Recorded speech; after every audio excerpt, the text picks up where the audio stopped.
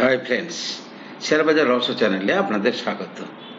আশা করি আপনারা ভালো আছেন এবং সুস্থ আছেন।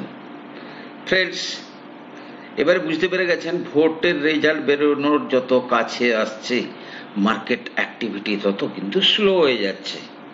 আজকে কিন্তু নিফটি আস্তে আস্তে ধুকতে ধুকতে প্রায় 69 পয়েন্ট উপরে ক্লোজিং হয়েছে, অর্থাৎ 22,598-তে ক্লোজিং হয়েছে।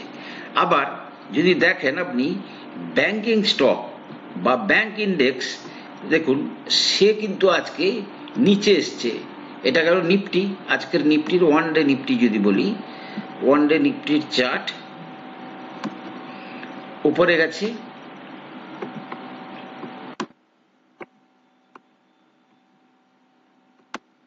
ওকে। তো দেখুন উপরে গেছে মাইল্ড, কিন্তু যদি ব্যাংক নিফটি দেখি তাহলে গত দুদিন ধরে ব্যাংক কিন্তু একটু নিচে আসার প্রবণতা দেখাচ্ছে, ঠিক আছে। আবার অন্যদিকে যদি দেখা যায় যে নিফটির যে ভোলাটিলিটি ইন্ডেক্স, সেটা কিন্তু গতকাল উপরে গেছিল, আজকে তার চেয়ে একটু নিচে নেমেছে, কিন্তু প্রায় 22-এর কাছাকাছি আছে। অর্থাৎ যে মার্কেটের যে ভীতিটা যত দিন এগোচ্ছে তত এটা বাড়তে থাকবে এবং 4 তারিখে রেজাল্টের দিন কিন্তু এটা ক্র্যাশ করে যাবে। সুতরাং এই ব্যাপারে আপনাদের সে অর্থে দেখুন, ব্যাপার হচ্ছে আমি এই কথাগুলো বলছি এই কারণে মার্কেটের গ্রামারটা কিন্তু আপনাদের জানতে হবে। মার্কেটের যদি সব ধরনের গ্রামার না জানেন তাহলে কিন্তু আপনি মার্কেটে সেই অর্থে মানে কাজ করে মজা পাবেন না, ঠিক আছে। ফ্রেন্ডস, গত দুদিনের যে আমার মানে অ্যানালাইসিস ছিল, একটা হচ্ছে ইনফোসিসের ইতিহাস এবং সেখান থেকে ভবিষ্যৎ সম্বন্ধে মানে ভাবনা। কি ধরুন, গতকাল ছিল এইচডিএফসি ব্যাংকের। আমাকে অনেক অনুরোধ করার ফলে আজকে আমি আর এক মার্কেটের রাজা রিলায়েন্স রিলায়েন্স নিয়ে আপনাদেরকে বলছি। ফ্রেন্ডস দেখুন, বিশ্বাস করতে অসুবিধা হবে, আজকে যে অতীত আপনারা যে দেখতে পাচ্ছেন একই জিনিসের পুনরাবৃত্তি হবে আপনি আগামী 10 বছর পরে। সুতরাং কে কিভাবে বিশ্বাস করে এই সমস্ত জিনিসে টিকে থাকবে সেটাই হচ্ছে মেন ফ্যাক্টর। যাই হোক, আমরা সোজাসুজি চলে যাচ্ছি রিলায়েন্সে, বেশি সময় নেব না আজকে। দেখুন ফ্রেন্ডস, রিলায়েন্সে যদি যাই, আমি রিলায়েন্সের কোথায় চলে যাব, রিলায়েন্সের মান্থলি চার্টে চলে যাব। তাহলে আজ থেকে কবেকার চার্টটা দেখতে চাইবো আমরা, রিলায়েন্সের আজ থেকে 10 বছর আগে রিলায়েন্স কোথায় ছিল আমি সেটা দেখার জন্য চার্টে চলে যাব। ওকে, চার্টটা দেখুন 2015-তে রিলায়েন্স কোথায় ছিল। যদি আমরা 15-তে রিলায়েন্স কোথায় ছিল দেখতে চাই তাহলে দেখুন, ওকে 15, ওকে, আর একটু বড় করতে হবে যার জন্য দেখা যাচ্ছে না ঠিকঠাক করে।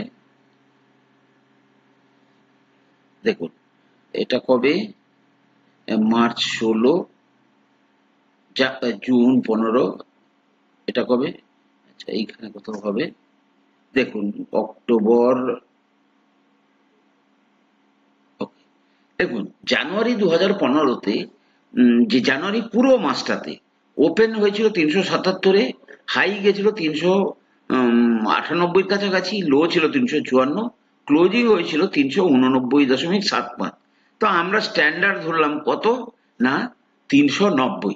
তাহলে যারা সেই সময় 100 শেয়ার কিনেছিল তাহলে তাদের যে 2015-তে তার টোটাল ইয়ে হয়েছিল কত, 39,000 টাকা ইনভেস্টমেন্ট হয়েছিল।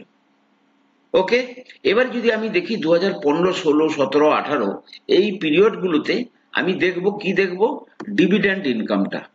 ডিভিডেন্ড ইনকাম যদি আমি দেখতে চাই তাহলে দেখা যাবে যে ওকে, রিলায়েন্সের ডিভিডেন্ড ইনকাম লাস্ট 10 ইয়ার্স, গুগলসে যাব। দেখুন আপনারা দেখে নিতে পারতেন, আমি দেখে নিয়ে বের করে রেখেছি, তাও একবার দেখিয়ে দিচ্ছি। ওকে, রিলায়েন্স ডিভিডেন্ড হিস্ট্রি দেখুন, এখান থেকে আপনি দেখতে পেয়ে যাবেন যে আপনারাও যদি নিজেরা মানে এটাকে নিয়ে করতে চেষ্টা করেন আপনারা পেয়ে যাবেন। তাতে কি ফাইন্ড আউট হচ্ছে যে 2015-তে তাহলে 100 শেয়ারের উপর সে 10 টাকা ডিভিডেন্ড পেয়েছিল, 1000 টাকা ডিভিডেন্ড পেয়েছিল। 2016-তে 10 টাকা 50 ডিভিডেন্ড পেয়েছিল, ঠিক আছে, 100 শেয়ারের উপর, তাহলে 1050 টাকা। 2017-তে 100 শেয়ারের উপর সে 11 টাকা ডিভিডেন্ড পেয়েছিল, অর্থাৎ 1100 টাকা। 2018-তে সে কিন্তু 6 টাকা ডিভিডেন্ড পেয়েছিল, অর্থাৎ 600 টাকা। 2019-এ সে ধরুন 6 টাকা 50 পেয়েছিল, 650 টাকা। 2020-তে আবার সে 6 টাকা 50 পেয়েছে, 650 টাকা। এবারে এইখানে একটা নতুন জিনিস শেখার আছে, এটা হচ্ছে রাইট ইস্যু। রাইট মানে যাদের শেয়ার আছে কম দামে তাদেরকে শেয়ার দেওয়া হয়। রিলায়েন্স 2021 সালে 2020 সালে যাদের মানে প্রত্যেকটা 15টা শেয়ার পিছু একটা করে শেয়ার তারা দিয়েছিল কত টাকা করে? 1247 টাকাতে। আবার বলছি, 2020-তে যেই প্রাইস হোক না কেন তারা 1247 টাকা করে প্রত্যেক 15টা শেয়ারে একটা করে রাইট ইস্যু দিয়েছিল, এবং এই যে টাকাটা তারা 4 কিস্তিতে পেমেন্ট নিয়েছে। যাই হোক, আমি 1247 টাকাতে করে 100 শেয়ার হোল্ডার, তাহলে আমি 7টা শেয়ার পেয়েছি, 7টা শেয়ার পেয়েছি, আমি এখানে লিখেছি 7টা শেয়ার, ঠিক আছে। তার ইনভেস্টমেন্টটা হচ্ছে প্রায় 8106 টাকাতে। এবারে দেখুন 2021-এ তাহলে আমার শেয়ার কত হলো? 107 খানা। 107 খানা, আবার সেই বছর ডিভিডেন্ড দিয়েছে 7 টাকা করে, 749 টাকা ডিভিডেন্ড পেয়েছি। 2022-এ 8 টাকা করে ডিভিডেন্ড পেয়েছি 107টা শেয়ারের উপর, 856 টাকা। 2023-এ একই 9 টাকা করে ডিভিডেন্ড পেয়েছি 107টা শেয়ারের উপর, 963 টাকা। এইবারে আবার একটা নতুন খেলা হলো কি না, রিলায়েন্সের যে জিও ফাইন্যান্সিয়াল সার্ভিস, আবার শুনুন, জিও ফাইন্যান্সিয়াল সার্ভিস সে কি করলো, তার মূল ব্যবসা থেকে সেটাকে আলাদা করে দিল। যারা রিলায়েন্সের শেয়ার রেখেছে, মানে যাদের কাছে 100টা রিলায়েন্স শেয়ার আছে, তারা ফ্রিতে 100 খানা রিলায়েন্স জিও ফাইন্যান্সিয়াল সার্ভিসের শেয়ার পেল। এবং সেই সময় যা রেট থাকুক না কেন, 250-50-এর কাছে ছিল, এজনটাই তার ভ্যালু হচ্ছে 35,800 টাকা। এটা কিন্তু ফ্রিতে পেয়েছে তারা। তাহলে এক হচ্ছে নতুন জিনিস কি শিখলাম, রাইট ইস্যু, মানে যাদের কাছে শেয়ার আছে কেবলমাত্র তাদেরকেই, ধরুন সেই টাইমে সস্তা দরে সস্তা কন্ডিশনে, অর্থাৎ 4টে কিস্তিতে প্রায় 2 বছর ধরে লোকেরা টাকা দিয়েছে, তাদেরকে এই শেয়ার গুলো দিয়েছিল।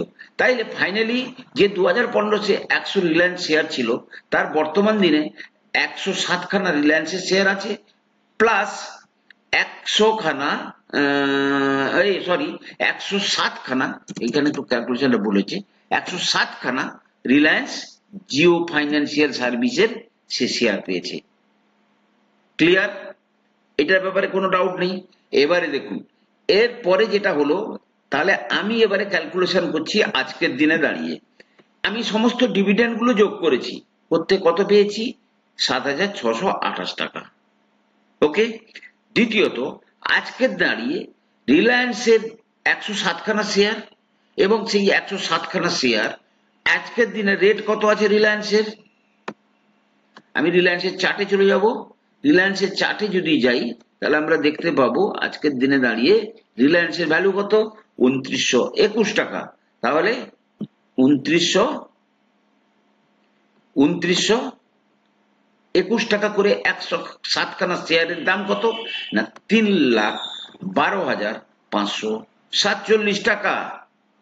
ক্লিয়ার? এবারে 107 খানা share Reliance Jio financial service, আমি দেখাচ্ছি, 1 সেকেন্ড, ক্যালকুলেটরটা একটু লাগবে। 100, আমি 100 করেছিলাম, এটা হবে কত না? 107 গুণিতক 358। আমি দেখাচ্ছি আপনাদেরকে যে রিলায়েন্স জিও ফাইন্যান্সিয়াল সার্ভিসের বর্তমান যে রেট সেটা হচ্ছে 358 টাকা। তাহলে আমি 107টার দাম কত হচ্ছে না? 38,306 টাকা। তাহলে টোটাল যদি আমার এটা দেখা যায়, তাহলে দেখা যাচ্ছে কি না, আমি কি পেলাম না, টোটাল আমার যে ইনভেস্টমেন্টটা কত ছিল? ইনভেস্টমেন্টটা ছিল ধরুন এখানে কত ছিল ৩৯,০০০ আর ৮,১০৬ টাকা দিয়ে আমার টোটাল ইনভেস্টমেন্ট হয়েছিল ৪৭,১০৬ এবং বর্তমানে আজকে 10 বছর পরে তার ভ্যালু কত দেখুন। ডিভিডেন্ড ৭,৬২৮, ৩১,০০০ ৩,১২,৫৪৭ তার ভ্যালু, শেয়ারের ভ্যালু ১০০, রিলায়েন্সের ভ্যালু প্লাস এখানে একটু দাম এটা বাড়বে ৩৫,৮০০, সর্বসাকুল্যে ৩,৫৫,৯৭৫। টোটাল রোজগার ইনভেস্টমেন্ট কত ৪৭,০০০। 10 বছর পরে আজকে থেকে ভ্যালু কত ৩,৫৫,৯৭৫। রেট অফ রিটার্ন কত 25.2% CAGR।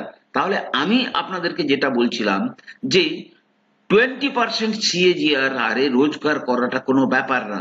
আমি কিন্তু পরপর মানে মার্কেটে যে সমস্ত ডিফেন্সিভ স্টক তাদের ক্ষেত্রে আমি বুঝালাম যে কিভাবে 20% CAGR হারে আপনি আপনার মূলধনকে বাড়াতে পারেন। ফ্রেন্ডস, আমি কোনো সেবি রেজিস্টার্ড অ্যানালিস্ট নই। কোনো শেয়ারে ইনভেস্টমেন্ট করার আগে আপনারা কিন্তু আপনাদের ফাইন্যান্সিয়াল অ্যাডভাইসারের সঙ্গে পরামর্শ নেবেন এবং যদি ভিডিওগুলো ভালো লাগছে কমেন্ট করবেন। ফ্রেন্ডস, আজকে একটু ব্যস্ত আছি, কালকে আর একটু বড় ভিডিওতে আমি দেখাবো নিফটির পি কিভাবে ফ্লাকচুয়েট করলো বা মানে নিফটির পি নয়, কোনো পির ক্ষেত্রে আপনারা কিভাবে ভাবনা চিন্তা করবেন সেটা নিয়ে আমি আর একটু গুঁড়ো তথ্য দেবো। ফ্রেন্ডস, ভালো থাকুন, সুস্থ থাকুন, কথা হবে পরের এপিসোডে।